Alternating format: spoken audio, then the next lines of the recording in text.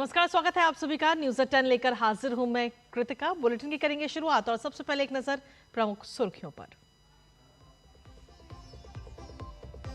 IUPAC छापा मामले में ईडी की याचिका पर कलकत्ता हाई कोर्ट में सुनवाई आज। याचिका में ममता बनर्जी के खिलाफ सीबीआई जांच की मांग।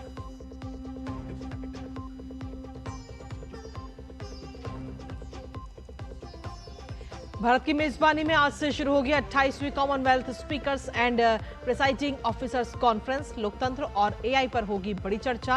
60 से अधिक देश होंगे शामिल।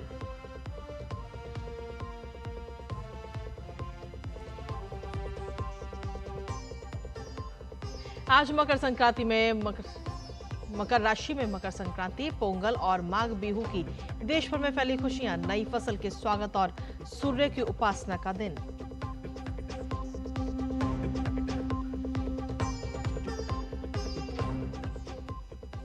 ईरान में हिंसक प्रदर्शन के बीच अब तक लगभग 2000 लोगों की मौत। प्रदर्शनकारियों से बोले ट्रंप, रास्ते में है मदद।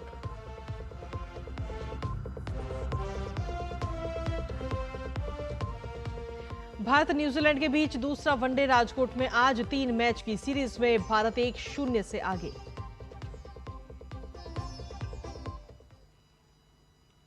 तो ये थी प्रमुख खबरें और अब बात विस्तार से, जहां आईपैक छापा मामले में ईडी की याचिका पर आज कलकत्ता हाई कोर्ट में अहम सुनवाई होगी।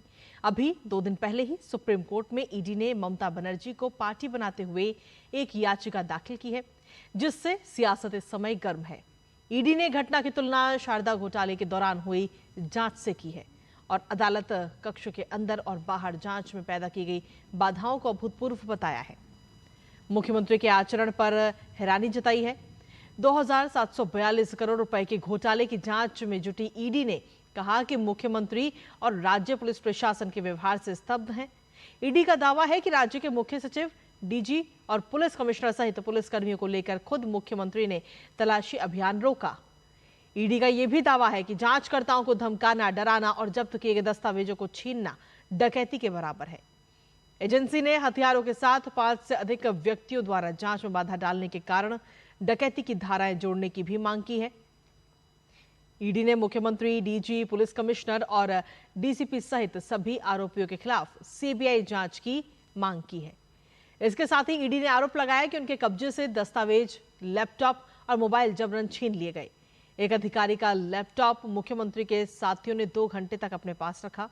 नियम के मुताबिक पंचनामा तक नहीं बनाने दिया गया। पिछले शुक्रवार को वकीलों के हंगामे के कारण न्यायमूर्ति शुभ्रा घोष को सुनवाई छोड़कर जाना पड़ा था। ईडी ने सुप्रीम कोर्ट में व्हाट्सएप चैट के स्क्रीनशॉट सौंपकर दावा किया कि तृणमूल समर्थक वकीलों ने सुनियोजित तरीके से सुनवाई रुकवाई थी। इसी के मद्देनजर कोलकाता हाईकोर्ट के कार्यवाहक मुख्य न्यायाधीश ने निर्देश दिया कि आज की सुनवाई की लाइव स्ट्रीमिंग की जाएगी। ईडी ने सुप्रीम कोर्ट से गुहार लगाई है कि एक ऐसा उदाहरण पेश किया जाए जिससे भविष्य में कोई भी राजनीतिक नेता कानून हाथ में लेकर जांच में बाधा ना डाल सके। अब आज हाईकोर्ट की सुनवाई ये तय करेगी कि आईपैक मामला आगे किस दिशा में जाएगा।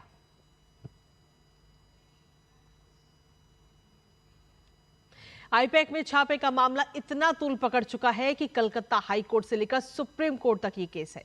अब जान लेते हैं कि आखिर सुप्रीम कोर्ट में दाखिल रिट पिटीशन में ईडी ने क्या कुछ कहा है। दरअसल आईपैक पर छापेमारी के कारण की अगर हम बात करें तो ईडी की रिट याचिका में वर्ष 2020 में सीबीआई ने एफआईआर दर्ज की थी। इसका जिक्र किया गया। साथ ही बताया गया कि अवैध कोयला खनन और चोरी के आरोप में ये एफआईआर उस वक्त दर्ज की गई थी। इसके साथ ही एफआईआर के आधार पर ईडी ने अपनी पूरी जांच शुरू की। नवंबर 2020 में ईडी ने अपनी ये जांच शुरू की थी और तब से ये मामला लगातार इसको लेकर जांच की जा रही थी। इस पूरे मामले में अरूप माझी उर्फ लाला कोयला तस्करी का मुख्य आरोपी के तौर पर सामने आया, जिसमें कोयला घोटाले में 2742 करोड़ रुपए से ज्यादा का था ये पूरा घोटाला और अवैध रूप से कोयला वहां से खदानों से निकाला जाता था और फिर उसे बेचा जाता था। इस पूरे मामले में दीपक अग्रवाल का भी एक नाम सामने आया, जो कि ईसीएल की खदानों से कोयले को बेचने का काम करता था।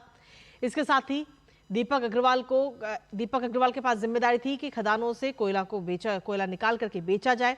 शाकंभरी ग्रुप का मालिक है दीपक अग्रवाल, जो इस काम को अंजाम देता था। इसके साथ ही दीपक अग्रवाल के घर और जो उसका ऑफिस है, दोनों जगह पर ईडी ने छापेमार कार्रवाई वहां पर भी की थी। हवाला के माध्यम से भारी मात्रा में काले धन का पूरा लेन देन का ये बड़ा खुलासा हुआ। हवाला ऑपरेटर आर कांतिलाल का नाम इस पूरे मामले को लेकर के जब जांच की जा रही है तो इसमें एक और नाम निकलकर सामने आया और आर कांतिलाल फर्म के माध्यम से 20 करोड़ रुपए गोवा भेजे गए थे। इसके साथ ही गोवा में हवाला खाते को संभालने वाले का नाम है सागर पटेल और सागर पटेल से भी ईडी ने अपनी पूछताछ की है। सागर पटेल से पूछताछ के बाद अक्षय कुमार एक और नाम निकलकर सामने आया और अक्षय कुमार की अगर हम बात करें तो सीधे तौर पर MS हर्ट्स एंड पिक्सल्स का वो कर्मचारी है जिसका नाम इस पूरे घोटाले से जुड़ा हुआ सामने आया। Akshay Kumar MS ASM events technology private limited का भी कर्मचारी है। तो एक ही व्यक्ति दो जगह का कर्मचारी और साथ ही पंकज मलिक और सिद्धार्थ मलिक, ये दोनों व्यक्ति इन कंपनियों के मालिक हैं। 2021 और 22 में गोवा में आईपैक के लिए कंपनी ने काम किया था और वहीं से आईपैक का जो पूरा मामला है वो भी इससे जुड़ता हुआ नजर आया। हवाला चैनल की महत्वपूर्ण कड़ी की अगर हम बात करें तो वो कड़ी के नाम आता है जितेंद्र मोहता। अक्सा फाइनेंस लिमिटेड के पूर्व निदेशक जितेंद्र मोहता का नाम इस पूरे मामले में जांच के दौरान ही निकलकर सामने आया और गोवा में अगर हम बात करें तो आईपैक के कार्यों का संचालन प्रतीक जैन कर रहे थे और सूत्र के आधार पर ईडी ने प्रतीक जैन के ठिकानों पर भी तलाशी की थी और जब ईडी वहां पर पहुंची थी तो उसी वक्त कहीं ना कहीं पश्चिम बंगाल के जो मुख्यमंत्री हैं वो भी आईपैक के जो मालिक हैं प्रतीक जैन उनके घर पर पहुंच करके और ईडी की कार्रवाई को रोकने की कोशिश करती हुई नजर आई, जिसके बाद ये पूरा मामला लगातार तूल पकड़ता जा रहा है। और चलिए न्यूज़ 10 में आगे अन्य खबरों का रुख करते हैं, जहां राष्ट्रमंडल के अध्यक्षों और पीठासीन अधिकारियों का 28वां सम्मेलन CSPOC आज से नई दिल्ली में शुरू होगा। 3 दिवसीय सम्मेलन में 60 से अधिक राष्ट्रमंडल देशों और अर्ध स्वायत्त संसदों के अध्यक्ष और पीठासीन अधिकारी इसमें हिस्सा लेंगे। इसका उद्देश्य संसदीय लोकतंत्र के विभिन्न स्वरूपों के बारे में ज्ञान और समझ को बढ़ावा देना और संसदीय संस्थाओं का विकास करना है। लोकसभा अध्यक्ष ओम बिरला इस सम्मेलन के अध्यक्ष हैं। सम्मेलन के आज पहले दिन स्थायी समिति की बैठक होगी। 28वें सम्मेलन के अध्यक्ष के रूप में ओम बिरला इसकी स्थायी समिति की बैठक की अध्यक्षता करेंगे। प्रधानमंत्री नरेंद्र मोदी कल को संविधान सदन के ऐतिहासिक केंद्रीय हॉल में सम्मेलन का उद्घाटन करेंगे। पीएम मोदी राष्ट्रमंडल और स्वायत्त संसदों के अध्यक्षों और पीठासीन अधिकारियों के साथ अनौपचारिक बातचीत भी करेंगे।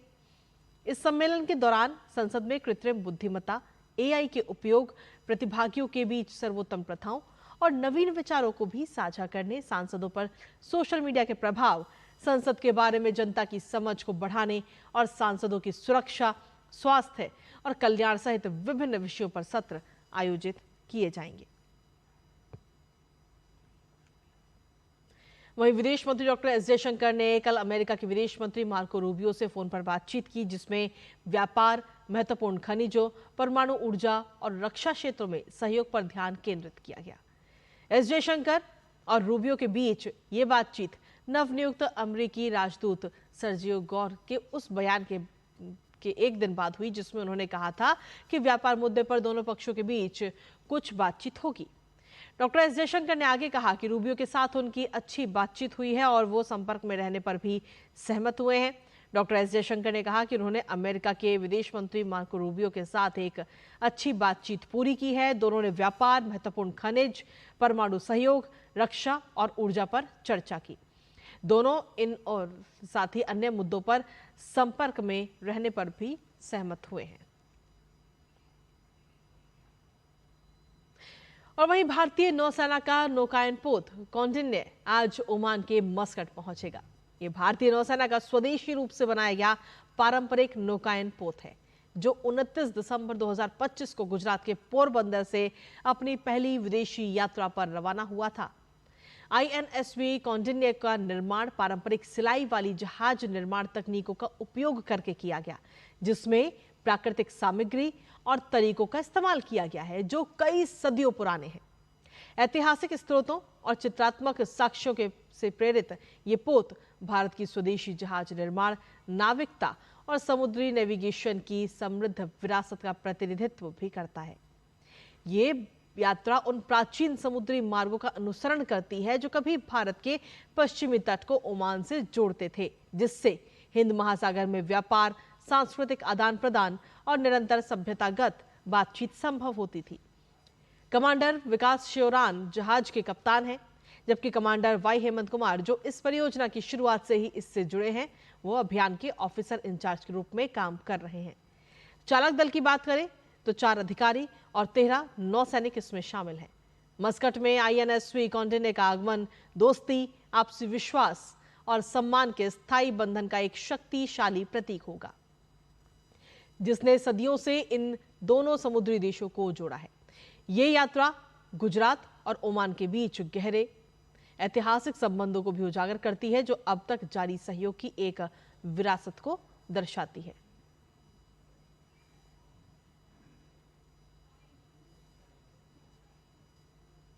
और इसी पर ताजा अपडेट के लिए सीधा रुख करते हैं इस वक्त ओमान का, जहां से हमारे सहयोगी नीरज सिंह इस वक्त जुड़ रहे हैं ताजा अपडेट के साथ। नीरज, क्या कुछ ताजा अपडेट है आपके पास में? आखिर ये जो पोत है, ये आखिर कब तक ओमान के मस्कट पहुंचेगा? क्या कुछ लेटेस्ट जानकारी आपके पास? देखिए, जो जानकारी कृतिका हमें मिल रही है उसके अनुसार INS कौंडिन्य जो जहाज है वो 12 बजे जो स्थानीय टाइम है उसके आसपास यहाँ पर पहुंच सकता है। ऐसा जो यहाँ की जो अथॉरिटी है और इसके अलावा भारतीय एम्बेसी के जो लोग हैं वो कह रहे हैं। हालांकि बहुत सारी चीजें डिपेंड करेंगी कि हवा का रुख कैसा है, समुद्र में जो हलचल है वो कैसी है। ये दोनों चीजें इस पर निर्भर करेंगी कि जो जहाज की जो यात्रा है वो तय समय में पूरी होती है या नहीं होती है। हालांकि इंतजार बेसब्री से तमाम जो लोग हैं वो कर रहे हैं, चाहे भारतीय समुदाय की बात करें, इसके अलावा जो ओमान के लोग हैं, क्योंकि भारत और ओमान का जो कनेक्ट है वो सदियों पुराना है और इसी तरह के जो जहाज हैं उनसे ये यात्राएं होती थी।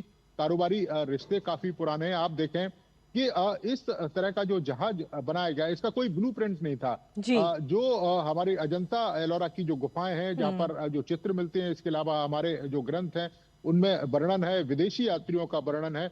इन तमाम चीजों को एक साथ लाकर और उसके बाद जो हमारी नेवी है उसने इस पूरे एक तरीके से कहें कि इस प्रोसेस को पूरा किया और तब जाकर ये जो जहाज है वो बना। केरल के कारीगरों ने इस जहाज को बनाया। फरवरी 2025 में पहली बार इसको उतारा भी गया और बाद में कर्नाटक के कारावार में इसको नौसेना में शामिल किया गया। अब ये जो यात्रा है वो निश्चित तौर पर दोनों देशों के जो कारोबारी रिश्तों की एक तरीके से ऐतिहासिक याद को ताजा करेगा। और आप देखें कि इसमें ना तो एक कील तक का इस्तेमाल इस पूरे जहाज में नहीं किया गया है, ना ही कोई आधुनिक जो मशीन है वो लगाई गई है। जहाज को चलाने के लिए जो पतवार है उसका इस्तेमाल किया जा रहा है और उसके डायरेक्शन के लिए जो हवा है, नेविगेशन का जो सहारा है वो हवा बन रही है। तो अपने आप में अद्भुत है। पुरानी तकनीक नारियल की रस्सियों से जोड़कर इस पूरे जहाज की जो लकड़ियां हैं उनको जोड़ा गया है। इसके अलावा गोंद, कपास और तेल के द्वारा उस पर लेप लगाया गया है ताकि जो समुद्री लहरें हैं उससे उसका बचाव किया जा सके। तो अपने आप में अद्भुत है और बेसब्री से इंतजार है कि 12 बजे के आसपास ये जहाज जब ओमान के मस्कट पहुंचेगा तो एक नया इतिहास लिखा जाएगा कि जो पुरानी यादें हैं वो एक बार दोबारा से ताजा होंगी। अगर इसकी मजबूती की बात की जाए तो आज के आधुनिक जमाने में कई सारी चीजों को आधुनिकता से जोड़ा जा रहा है। कई सारे आधुनिक जहाज आज हमारे पास में है, भी हमारी नौसेना के पास में है, लेकिन उन आधुनिक जहाज और वहीं पर ये पोत, कितना अंतर, और साथ ही ये जो पोत है वो किस तरीके से नौसेना के काम में और ज्यादा अच्छे तौर पर इसे देखा जा रहा है? देखिए, आप देखें जो आधुनिक पोत हैं उनमें आधुनिक तकनीकों का इस्तेमाल है, नेविगेशन का इस्तेमाल किया जाता है। आप देखें कि स्टील, लोहा, उन तमाम जो चीजें हैं उसका जो प्रयोग है उसमें किया जाता है। मजबूती में कोई दो राय नहीं है कि जो आज आधुनिक पोत जिस तरीके से बन रहे हैं वो काफी मजबूत है। लेकिन इस पोत के जो उद्देश्य है और इसके अलावा जो इसकी महत्ता है उसको नकारा नहीं जा सकता, क्योंकि आप देखें कि जब ना पहले नेविगेशन था, ना किसी तरह का कोई दिशा निर्देश होता था और उतनी बड़ी संख्या में जो कारोबारी हैं इस तरह के जहाजों को लेकर समुद्र में निकलते थे। समुद्र में बड़ी बड़ी लहरें और तूफान, उनका भी खतरा रहता था। तो उन तमाम मुश्किलों को पार कर कर भी लगातार जो कारोबार है और वो व्यापार हो रहा है। और उन परिस्थितियों में ये जो जहाज है जो इस समय वर्तमान रूप में इस समय हमको दिखाई दे रहा है, तो वो बताता है कि पुराने समय में भी लोग इन परेशानियों का सामना करते हुए अपने गंतव्य तक पहुंचते थे। तो मजबूती में इसका कोई सानी नहीं है, काफी मजबूत जहाज है और इसके अलावा लचीला भी है, क्योंकि आप देखें कि नारियल की रस्सी, गोंद, कपास और तेल का प्रयोग करके इस तरीके से इसकी डिजाइन और मजबूती दी गई है कि अगर लहर तेजी से टकराती है तो उसका जो लचीलापन है वो इस जहाज को डूबने से बचाए। तो ये तमाम जो खूबियां हैं उसका एक तरीके से प्रयोग इस जहाज में किया गया है। तो अपने आप में अद्भुत है और भारत ओमान के रिश्तों को एक कह सकते हैं कि एक नई ऊंचाई और एक नई घनिष्ठता देने के लिए ये यात्रा की जाए।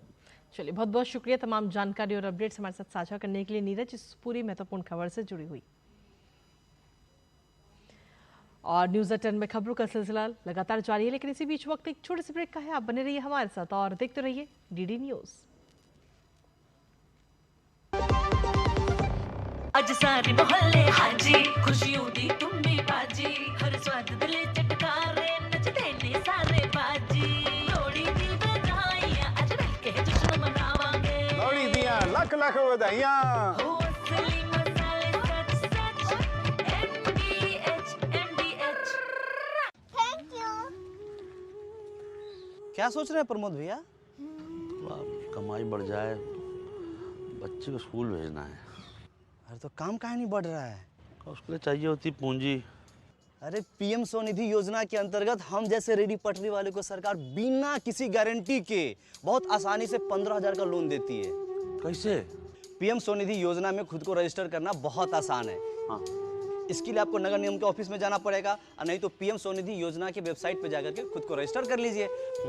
देखिए, एक बार अगर आपने लोन चुका दिया तो दूसरी बार 25,000 का और तीसरी बार पूरे 50,000 का लोन मिल सकता है। पीएम स्वनिधि योजना, उत्थान, सम्मान और स्वाभिमान। मेरी पसंद। मेरी पसंद। मेरी पसंद। मेरी पसंद। हमारी पसंद। हम सबकी पसंद। मजबूत देश का मजबूत सरिया हो गया स्टील। टिंग टिंग, आपके लिए एक फेस्टिवल ऑफर है। क्यूआर कोड स्कैन करो, यूपीआई पिन डालो और 10,000 रुपए आपके बैंक अकाउंट में। पिन डालूंगा तो पैसा खट से आएगा नहीं, झट से कट जाएगा। मैं मूर्ख नहीं हूँ। आलिया, यूपीआई कहता है यूपीआई पिन पैसे भेजने के लिए होता है, पाने के लिए नहीं। इस बात को याद रखें और कहें, मैं मूर्ख नहीं।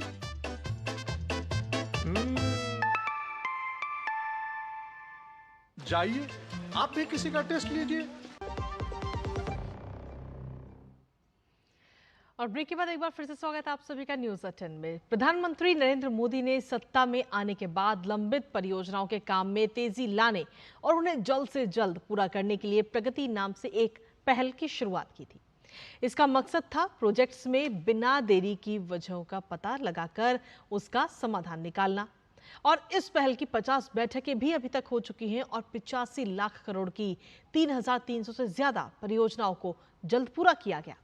प्रगति की ये पहल कैसे कर रही है कमाल, इसी पर हम एक सीरीज चला रहे हैं जिसका नाम है प्रगति एट 50, विकास को गति।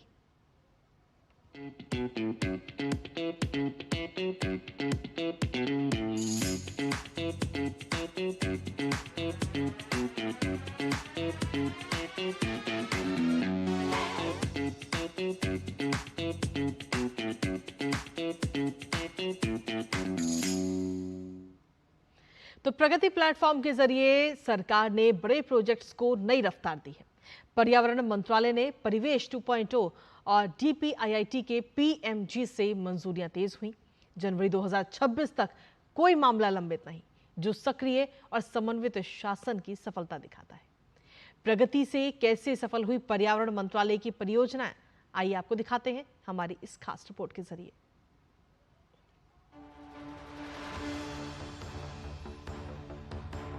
2015 में शुरू किया गया Pragati proactive governance and timely implementation एक प्रमुख शासन मंच है। इसके जरिए प्रधानमंत्री, केंद्रीय मंत्रालयों और राज्य सरकारों के बीच सीधे संवाद होता है।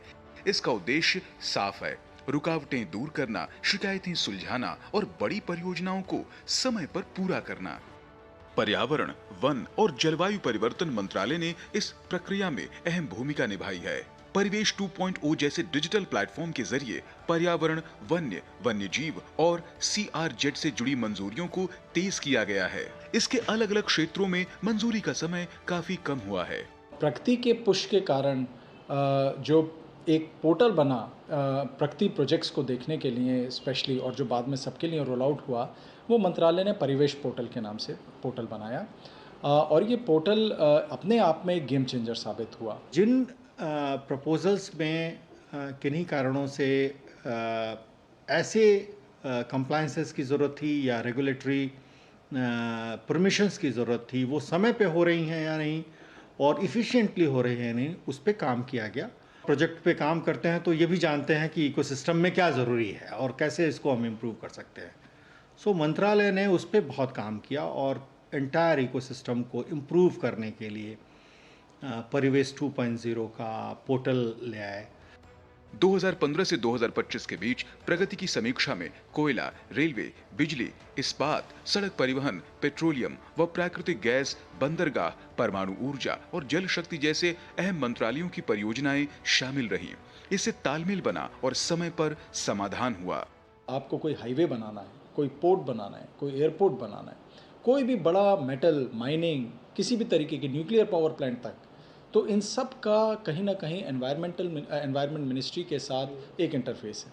और वो ज़रूरी भी है क्योंकि हमने प्रकृति के साथ प्रगति, ये प्रण है और ये जिम्मेवारी है हमारे ऊपर।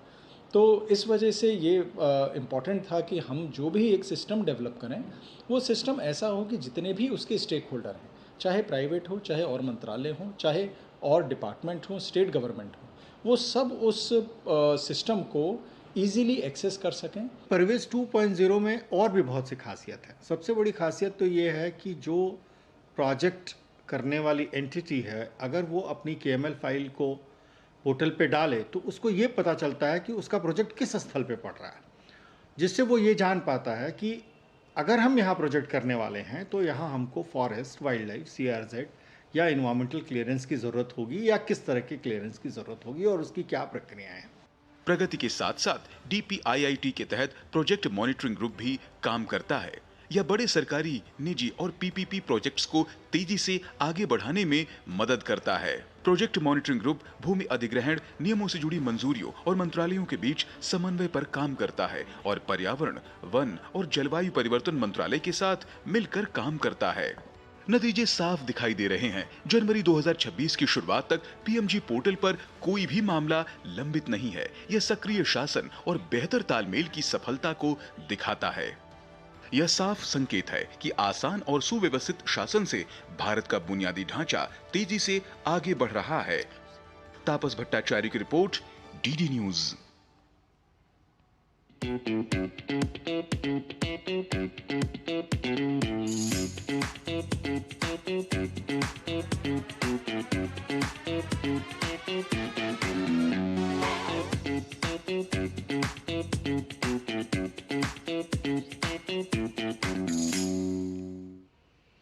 और इसी के साथ फिलहाल न्यूज़ 10 में मुझे और हमारी पूरी टीम को दीजिए अनुमति।